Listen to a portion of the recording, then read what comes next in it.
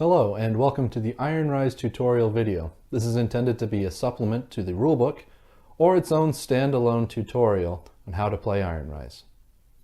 The first thing to know is that this is a cooperative game. However, you are playing on a team versus another team. The two teams are heroes and villains. Hero characters are denoted by a border in kind of an off gold on the front of the card. On the back of the card, it is also explicitly stated their alignment. Villains, in the same way, are bordered in a off silver, the back of the card giving backstory, as well as their explicit alignment. No matter how many people are playing, you're going to want to set up so that there are an equal number of hero characters versus villain characters. You might do this with 3 players by having a single player play both characters on one side. This is not too difficult. You could play just one character versus one character if you had only 2 players playing. However, we recommend that in this situation you would use 2 characters apiece. You will also want to set up in such a way that you are sitting next to your ally. So heroes would be sitting next to each other across from, let's say there are villains over there next to each other. The purpose of this is so that you can share all information. This is a game of perfect information between allies. Heroes know each other's assets, their decks, their strategies, everything. Villains in the same way, on a team, know everything about each other, their plans, they conspire together.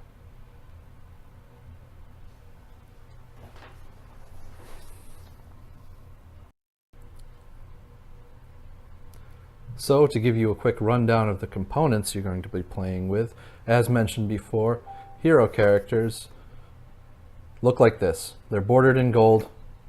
They're explicitly stated to be heroes on the back. Villains, silver, says they're villains on the back. Along with heroes are the hero sideboards. These boards are which you play cards off of in the core mechanic called the challenge, as well as where you store chips, which are assets to be used for turn-in for various game effects. Likewise, villains have sideboards. However, the villain sideboard is the reverse of a hero sideboard as far as the stats that are in play, and that will be important later. Hero sideboards, explicitly stated. Villain sideboards, also shown. Along with that, heroes will have an asset deck. They are these cards with the lion on the back and the compass. Villains also have an asset deck. The villain asset deck has a snake surrounding a compass. Heroes will also have their version of a quest called an endeavor. They're bordered in gold. They are called heroic endeavors. On the front show steps needed to be completed to finish the endeavor. On the back is a little bit of narrative, and that's true of this entire game. On any card you might use or play, there is narrative that will build the story world if you care to delve into it. Speaking of delving, there are also these delve decks. Each one of these corresponds to a city on the main board. So right here, you actually see the namesake of the game, Ironrise, which is a city in the game. It has the ram skull as its indicator. Clock tower, there's a clock shown on the board, matches with the clock. The villain's version of a delve card is called a torment card. It has this skull symbol with a snake. All characters use chips. They're either martial in red, savvy in blue, ingenuity in kind of a burnished yellow, orange, and evasion in green. There are also non-stat chips called challenge chips. They have the same logo on the back as the Villain Torment deck, the skull with the snake. These are used to indicate in unison the difficulty of a particular challenge. 3 chips would mean a challenge of 3. The villains also have their version of the heroic endeavor. It's called the villainous scheme. Bordered in silver, just like everything villain. Written as a scheme. Challenge difficulty, some special effects, and as I've mentioned before, and with much in this game, there is a narrative on the back, a story. Other components include D20, in which to track your character's persistence or hit points. Turn tracker is a villain, hero's turn. Victory point trackers for the hero, using the hero colors, and for the villain, another D20 using villain colors.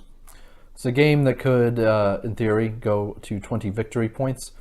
Your standard game will be played to 12 victory points, shorter game 10, long game 14.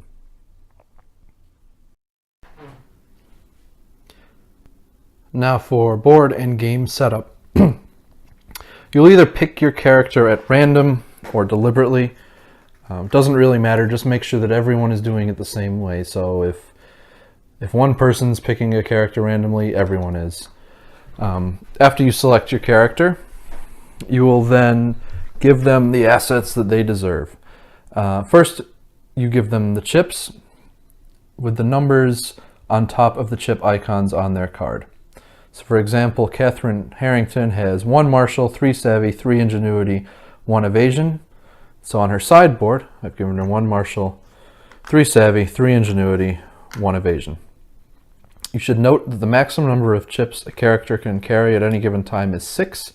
Any additional chips will spill over and back into the bank after that.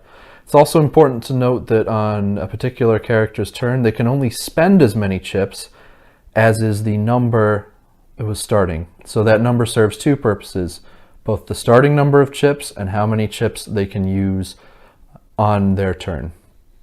You'll then set their persistence die to the number indicated on their card. Catherine has a persistence of 16, set her to 16. Every character will then draw 6 cards from the deck appropriate for them. Heroes will draw 6 asset cards from the hero deck, villains from the villain deck.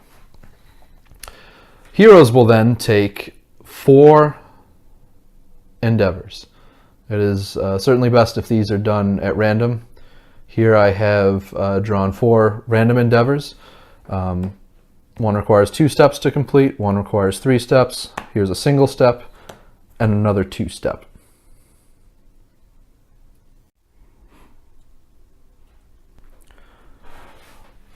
Villains will likewise choose characters, take the chip values written on their character cards, give themselves the appropriate number of chips. However, instead of drawing endeavors, villains will draw schemes. And they only draw 1 scheme per villain. That scheme is attached to that villain. So Selena Cross here has drawn Doomsday Weapon, chosen Bart Stark at random. He has picked up the Immortality Equation. Character placement will then begin. You will use your character avatars. They are these hexes.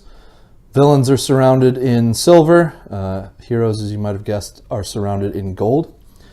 Villains place first, and where villains place is listed not on their character card, but on the scheme that they draw. It will be on the back of the scheme, above the narrative. It will have a starting location. So for Selena, she's drawn this scheme Doomsday Weapon. Her starting location is Barrymore Plaza. So she will then take her character avatar, place it in Barrymore Plaza, which happens to be in Clock Tower. Both villains will do this simultaneously.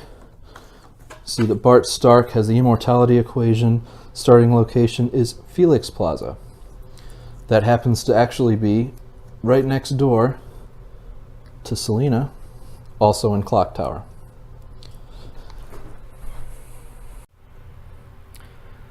Heroes will then place their avatars, and they actually have something of a choice in the matter.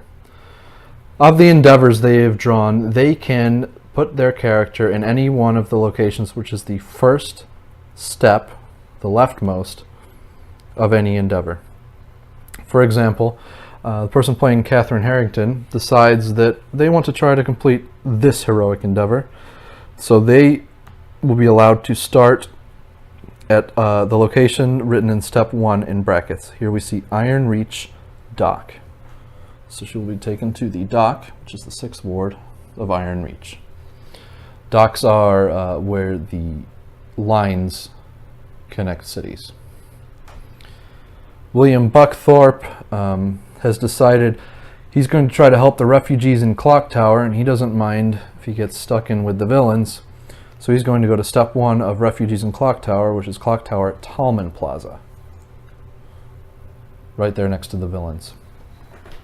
Once you've gotten your chips, set your persistence, drawn 6 cards each, placed your characters, you are ready to begin play. Starting first with a hero, then going to a villain, back to a hero, and then to a villain. And the process repeats. You'll keep track of this with a turn token. If you're a hero, keep it turned on the hero side. When you're ready to finish your turn, surrender it to the villains, they'll flip it to the villain side. Each player's turn is divided into 4 phases. The first phase is the start phase, where you will draw cards up to your hand maximum. You will then play up to 3 start phase cards. The second phase is the exploration phase, where you can traverse the board using movement, and you can also, as a hero, delve into any of the cities you might be located. As a villain, instead of delving, you can torment. Then there is the adventure phase. As a hero, you can attempt steps on your various endeavors. Or as a villain, you can choose to attempt your scheme, which I showed you before. Also in this phase, you could choose to lay low, to not engage anyone, and instead just to regain persistence and chips. The final phase is the end phase, where you will discard your hand size down to your hand maximum. You might have picked up more cards throughout your turn than you're able to hold. You can then take care of any other business with chip turn-ins that you might want to do. I can explain later. So, first is the start phase. Say Catherine Harrington is beginning her turn. Again, she starts with the start phase. She has 2 cards in hand, we'll say, so she gets to draw up to her hand max, same as everyone, 6. So I'm going to draw 4 more cards. 2, 3, 4. Now in this phase, I can play up to 3 cards which say start on them. So here's a card, here's a card, and here's a card that all have the ability to play during the start phase. Like I said, you have a maximum of 3 that you can play this way. Some of them will just say start and will have an ability. In this case, we would reveal 4 more cards, draw 2, discard the others. Some might say start and challenge or some other phase. This gives you the option. This card can be used during the start phase to gain chips, or I can hold and use it in any challenge that would occur during my exploration or adventure phase for another ability. It's a dual use card. You have to decide which way to use it. There are some cards that might say any start phase. Now, these will count towards the 3 that you could use during your start phase. However, you could use them during any other player, hero or villain's start phase without limit.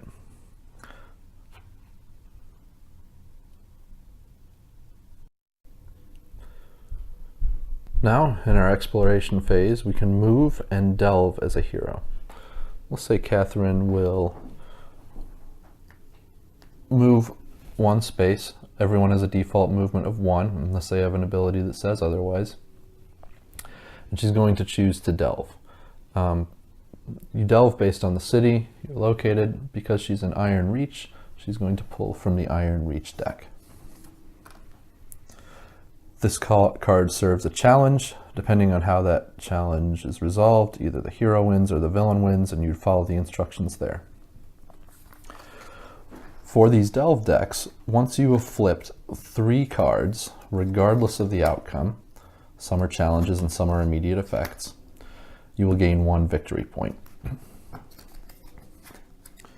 Now in the exploration phase as a villain, you can also move just as a hero. But instead of a delve, you would draw a torment if you choose. These torments are played like forced delves on heroes. So in this case, Bart Stark would draw a price on his head. He would then target a hero, choose a hero which he's going to play this to. The hero would be forced to engage in that challenge.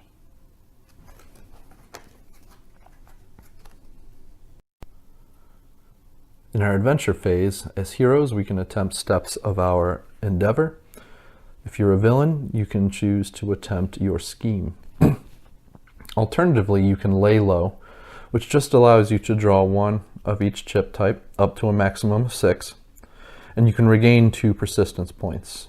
You do max out at your starting persistence amount, however. Lay low is taken as an option if you're low on resources, low on health, or perhaps you have just not been able to get to a location where you can attempt a step, or cannot safely attempt a step of your endeavor or scheme. So as a hero, Catherine will choose to complete an uncompleted step of her endeavor. In this case, she's doing Rescue the Sparrow. It requires her to be the Iron Reach dock, that is where she is. She would then engage in this challenge against a villain who would choose to engage her. Now if she wins that, and we'll get into challenges later, she would then cover it up with a chip. You can use a challenge chip to indicate that it is done. Then she would have another step. She could complete this in a further turn, or the other hero could attempt to complete this. It doesn't matter which hero completes which step, but they need to be done sequentially. So either Catherine could complete step 2, or William step 2. When it is completed, they would get the amount of victory points in the top right corner upon that completion. So in this case, they'd get 2 victory points. When it is completed, you would then remove this, and you would draw a new endeavor at random to fill back up to 4. As a villain, during your adventure phase, again, you can lay low, which is to recover chips and persistence, or you can attempt your scheme. A scheme does not have a location requirement. It is a single challenge. You would declare as a villain that you are attempting your scheme, and the heroes would choose which of them are opposing you in this challenge. If you succeed, there are success results. If you fail, there are failure results. Also, whenever you succeed a scheme as a villain, you're going to get 1 victory point, which is indicated in the top right corner. You complete this once, you can continue to use this very same scheme. Now, if you don't like your scheme, you can also choose to discard it and pick a new one in this phase. However, that's the only thing you would be able to do. You may be forced to discard the scheme due to a failure result that might, in this case, it shows that you discard the scheme and draw another. Or there might be some other effect where a hero forces you to discard it. In that case, you would then draw a new scheme at random and play it as you had the previous one. After completion of your adventure phase, you then enter the end phase. In this phase, you will discard your cards down to your hand maximum. This will not always be pertinent, but for some reasons you may have accumulated more cards than your hand maximum. Perfectly legal within your turn, but you do have to discard then down to hand max at the end.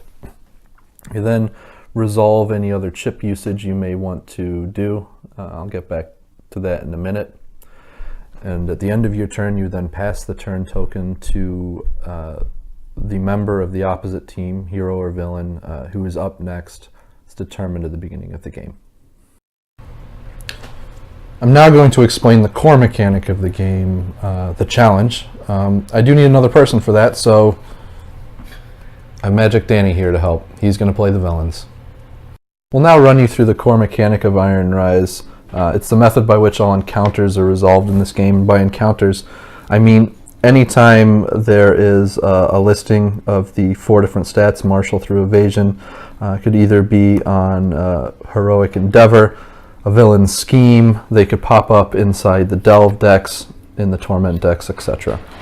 So at its basic, it makes use of hidden card play and bluffing, and it pits a hero and villain against each other, and the different outcomes determining who wins and what boons or penalties the players have to accept. So in this example, we'll say that it is Catherine Harrington's turn. It's during her exploration phase. She happens to be in Clock Tower, and she's deciding to delve. These delve cards might, about 2/3 of the time, result in a challenge. So we draw. Indeed, it is a challenge. It's called Agents of the Enemy, and it shows a difficulty rating of 1 in each slot: martial, savvy, ingenuity, and evasion. So the villains, played by Danny today, there would be 2 of them, and between them they would decide who is the opposing player in this. And they might make that decision based on a lot of things. Maybe who's better equipped to handle the encounter, maybe who's going next. So if they use cards on this encounter, they can fill back up at the beginning of their phase. There's a lot of different reasons what they might choose, but in this case, we'll say Danny is playing Selena Cross, and she is opposing us in this challenge of 1s across the board. So she's going to take difficulty chips, also called challenge chips, and place them in front of each slot. I'm going to, for demonstration purposes, and you could do this in the game itself, move the board up. And as I mentioned earlier, these slots are opposite each other so that they match up. Selena has 1 difficulty in each challenge slot for us to overcome. So now we're going to actually do the card play for the challenge. Card play begins with your opponent. If you're the one who caused the challenge, it's your turn. So Danny has to lay a card first, if he chooses. He's laid 1 down in Savvy. I don't know what it is. Could be a number, 1 through 3. Could be nothing. Could be a bluff. But I know he has at least a value of 1 showing. I'm going to play this in Martial. Card play then goes to him. He's played an evasion. I'm going to play a card in Savvy. Now, if he chose to end right now, I could then play the remainder of my cards, as many as I want, to fill the slots up here. Likewise, if I chose to end, he could continue to play cards until he's full up. But for this example, we're going to play, both of us are going to play all the way out. He plays 1 in Martial. I'm going to play in Ingenuity. And finally, I'm going to play there. So now that all the cards are played, we will go to resolution. The next step of a challenge would be a wager, in which applicable players would be able to wager chips. However, we're going to skip past that for this example just to show you the resolution of a regular challenge. Now, the winner of a challenge is based on who wins a majority of the slots in play. In this example, all slots are in play, all 4 of them. However, in other challenges, it may be the case that fewer are in play. For example, in Clockwork Exports, another delve card, only Savvy, SV, and Evasion, EV are active. So when we're dealing with even numbers like this, there are 4 slots. The ties, if we both won 2 slots, would go to the person that the challenge says ties go to. This is always written underneath the challenge itself. As you see here, it says hero may wager chips. We'll get back to that later. Hero wins ties. So if I win even 2 of these, 2 or more, I will win the overall challenge. Now I will also win ties when we have the same value in a slot. So I win ties in the slot itself as well as overall number of slots. So at the resolution of the challenge, we're going to reveal our cards. And we're going to compare values. So we'll start with Marshall here. I've laid down a 3. Danny has 1 from the difficulty rating that this challenge started with, and he's laid down a 2. So he has a total value of 3 versus my 3. So that's a tie. We look at the challenge in which the card's printed to say who wins ties. I win the tie, I win the Marshall slot. We move over to Savvy. I've played a 1. He has also played a 1. However, he has the 1 from the challenge difficulty, so he has a 2 to my 1. He's won that slot. Go to Ingenuity. I've laid a 2. He has a 4 total. I've lost that. Not looking great for me. But I have a 3 in Evasion, and he has a 1, 2 total. So I've won Evasion. So he's won 2 slots, Savvy and Ingenuity. I've won 2 slots, Marshall and Evasion. Again, we've determined that ties go to me. So I win the challenge as a whole. Well, then look underneath the challenge, and we'll say what happens if I win. I may make a free move, and opposing villain is going to suffer 1 persistence. Had the villain won, it also shows what would happen there. As with a lot of the materials in this game, there's also a narrative component. There are a couple other wrinkles to the card play in a challenge, which we'll now explain. One is the indirect adding of value to a slot. Now, some of these cards that you might have in your asset deck, for example, this one, Personal Autocannon, has the start ability to gain chips. I believe we've looked at this one before, or now would be the time to use it for its challenge ability. Its challenge ability says +2 MA, that's Marshall, and opposing villain suffers -2 persistence. So the way this card would be played is you would place it in any slot, it doesn't matter.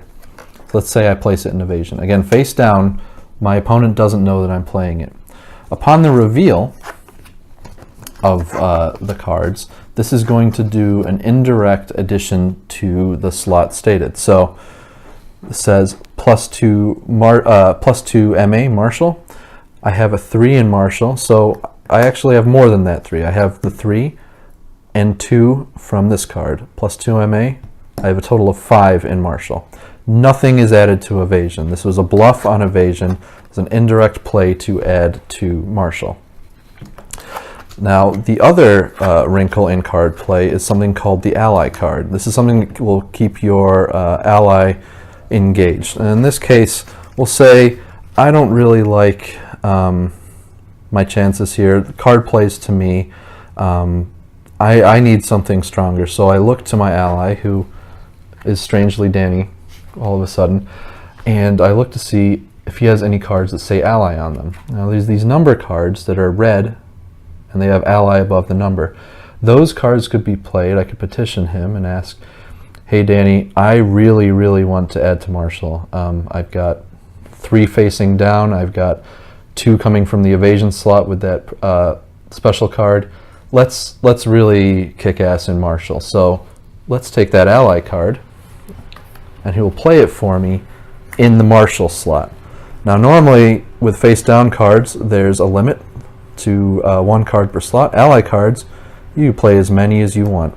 This is played in place of a normal card lay for me, and it will add that 3 in addition to all the other numbers that are there. However, the villain is aware of this number because it's face up. Villain might play another card, I might play another card, and I can come back. I'll take that ally card. Why don't you put it there? He could place it there. He could also place it in the Marshall slot. Unlimited number of ally cards in any slot. So in summary, when this is all revealed, this is an example where we really played hard into Marshall. We got the 2, 3, 4, 5 showing already from the ally. We've got an additional 3 to make it 8 in Marshall. We've got an indirect 2 to Marshall. So we have a total value of 10. In this way, you can use ally cards and indirect cards, save them up, and really ensure a victory in a slot that you deem important. So as I mentioned before, there is a component of the challenge involving wagering chips. Now, who can wager chips is dependent on who the challenge allows to wager chips. This, again, is always going to be listed on the challenge itself. For agents of the enemy, hero may wager chips. So that's me. I'm the hero. I can wager chips. It also says opposing villain, that would be Danny as Selena, may wager chips if on or adjacent to hero's location. Well, here I am, and here's Selena, and she's not on nor adjacent to my location.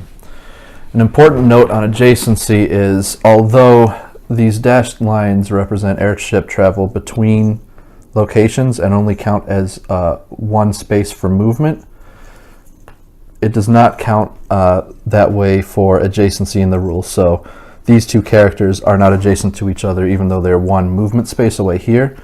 They are adjacent to each other in any of these situations. So given that Selena is not quite adjacent and that I am allowed to wager chips, after cards are played and before the reveal, I can exercise my right to wager chips. And that means I can take the chips I have, which can be used for turn-in abilities, which we'll explain after this. I can move them forward and wager them towards the final result. So these count the same as these challenge chips or these difficulty chips in that they count as one towards the final value. So once I say flip this and I have 2 in Savvy, well, I actually have 2, 3, 4, 5 in Savvy. Now, the reason it's called a wager is if I am to ultimately lose this challenge regardless, my opponent is going to be able to choose any one of the stacks that I've put forward. Let's say I only wagered evasion and martial chips, or savvy chips are up there too. You can take any one of the pushed forward stacks and remove them from the game, put them into discard, take them to the bank. However, if I win, these just move back to their original locations. Now there is another character stat in play here. It's called your resources value. Most characters have a resource of 1. There's a couple exceptional characters with a 3. Catherine Harrington is fairly resourceful. She has a resources value of 2. What that means is when wagering chips, she can move any number up within their home slot, but she can also take 2 chips from anywhere, 1, 2, we'll say, and place them as a wagered chip forward. Now, if this is the slot that's forfeit, they are forfeit. If she wins anyway, they do end up returning to their original slots. Now, part of the strategy of this game involves movement, chasing people down, running away, and as was previously alluded to, adjacency matters a lot. So let's take the previous example of wagering chips, but let's say that Selena is in fact adjacent, which would mechanically be the same as if she was on the same space as me on the board. So we look back to the underneath the challenge. It says hero may wager chips. That's a given in this challenge. The opposing villain may wager chips if on or adjacent to the hero's location. Well, she's adjacent, so the villain is going to be able to wager chips as well. So in this case where we can both wager chips, the order is the same as the cards. It's not my turn, so the other player has to wager chips first. Now, whereas cards were one at a time, the wagering is all the chips forward at the same time. So he can move all of her chips forward in one slot. I believe Selena has a, if you could show us her card, resources value of 1, so she could move one of those slots somewhere else.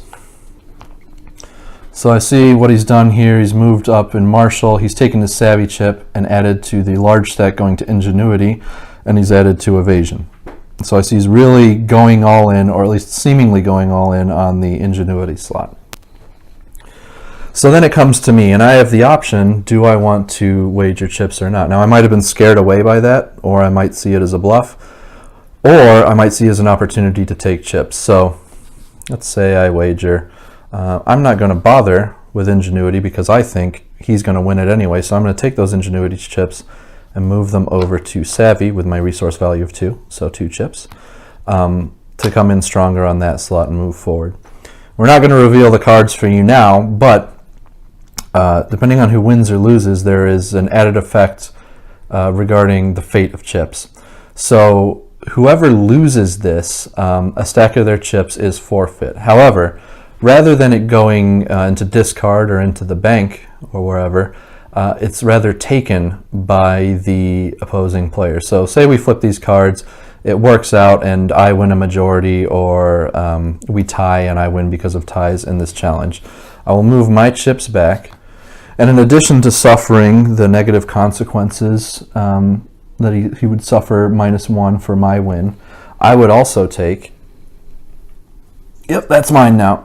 Okay, great. I will take his chips, up to a maximum of 6 in each slot. And he's just lost a stack of chips because he went in on something too hard. Now that is part of the grander strategy of this game. He could have very much been bluffing, and he could have scared me off that win. That is certainly part of one of the considerations you'll have to take engaging in challenges. Something I'd like to clarify about wagering chips is I say you have to push them all forward at once.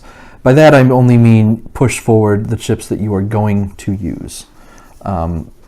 You don't have to go in with all your chips. You could go in with, well, you could choose not to wager at all, 0 chips, or you could just push 1 forward or some lesser amount. You just have to do it all at the same time. Same for heroes and villains. So in the previous example where Danny pushed all of his chips forward, and I also pushed all of my chips forward, really the example was just supposed to show that he's pushing forward all the chips that he is going to wager. Now he's leaving Marshall out of it, and I'm pushing forward all the chips that I am going to wager. The final major mechanic I'd like to go over is the chip turn-in ability. As before noted, your chips are stored on your sideboard. These chips are used in a wagering capacity. However, you can also use them as payment for one of 4 different abilities to turn in. One of these abilities, Marshall, you can turn in a Marshall chip to cause 1 damage to an opponent. So let's say I choose to use this. I turn in a Marshall chip and I say, Danny, you're taking a damage. He will lose 1 persistence tracked on his red d20. Savvy, if you turn in a Savvy chip, you can cycle 3 cards of any deck. The cycle means that you can look at the top 3 cards of any deck. That could be your asset deck, that could be your enemy's asset deck, that could be any of the Delves of the Torment. You pick up 3, and this isn't public information, this would just be for you and your ally. And then you decide, let's say I like these 2, I'll keep them on the top, I put this one on the bottom. You decide where you would like to put those cards, either on the top or the bottom of the deck. That is 1 Savvy chip. Ingenuity chip, 1 chip is worth drawing 2 asset cards. Pay 1 chip, get 2 asset cards. You can have more than your allowed 6 max hand size during your turn. You just have to come back down to 6 in your end phase. Evasion, you turn in 1 chip, you can move an additional space. So turn in an evasion chip and get away from Selena. Now there are limits on using these chips. The first limit is the number that you can use. As I've mentioned before, you can only use up to the number written as your starting number of chips within your turn. So this example, Catherine Harrington can only use 1 Marshall chip to do 1 damage to an opponent in the turn. But she has a higher value in Savvy and Ingenuity, a lower value in Evasion again. This sort of shows as a character, it builds her out as someone who has quite a bit of Savvy and Ingenuity. She's not much of a fighter. She doesn't escape very quickly. You're also limited, of course, by even having the chips to begin with. You can only play chips, well, you can play them at any time during your turn, be it the start phase, the exploration phase, the adventure phase, or the end phase, but you cannot play them once a challenge has begun. This means if you're about to delve and flip a card that might result in the challenge, or you're in your adventure phase and you're going to start a step of an endeavor, or as a villain start a step of a scheme, or draw a torment. You cannot play chips once that happens. You can play chips after the resolution and for the rest of your turn until the end phase is done, but not during a challenge itself. That is to say, I can't draw a challenge and then all of a sudden decide, looking at the challenge, oh, I need more cards, or oh, I want to try to damage someone, or I want to play with the decks or get away.